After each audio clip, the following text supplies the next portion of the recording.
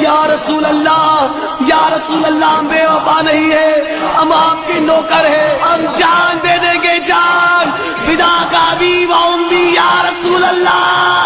آقا کے سپاہی زندہ ہے، اسلام کے راہی زندہ ہے، مر بکنے والے زندہ ہے، نہ بکنے والے زندہ ہے، مر بکنے والے زندہ ہے، نہ بکنے والے زندہ ہے، نہ ڈرنے والے زندہ ہے، زندہ ہے، زندہ ہے، زندہ ہے۔ آقا کے وفادار ہیں، آقا کے وفادار، آقا کے وفادار ہیں، آقا کے وفادار۔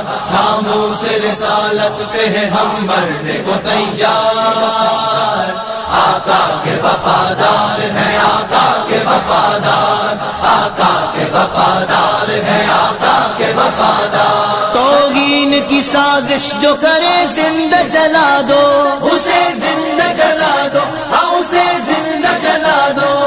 توہین کی سازش جو کرے زندہ جلا دو، خاکے جو بنائے انہیں تم خاک بنا دو، ہاں خاک بنا دو۔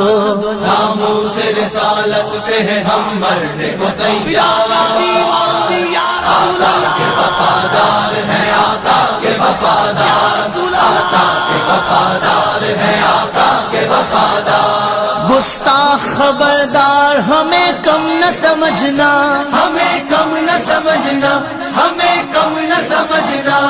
گستاخ خبردار ہمیں کم نہ سمجھنا، ہم جانتے ہیں ظالم و جابر سے نمٹنا، ظالم سے نمٹنا۔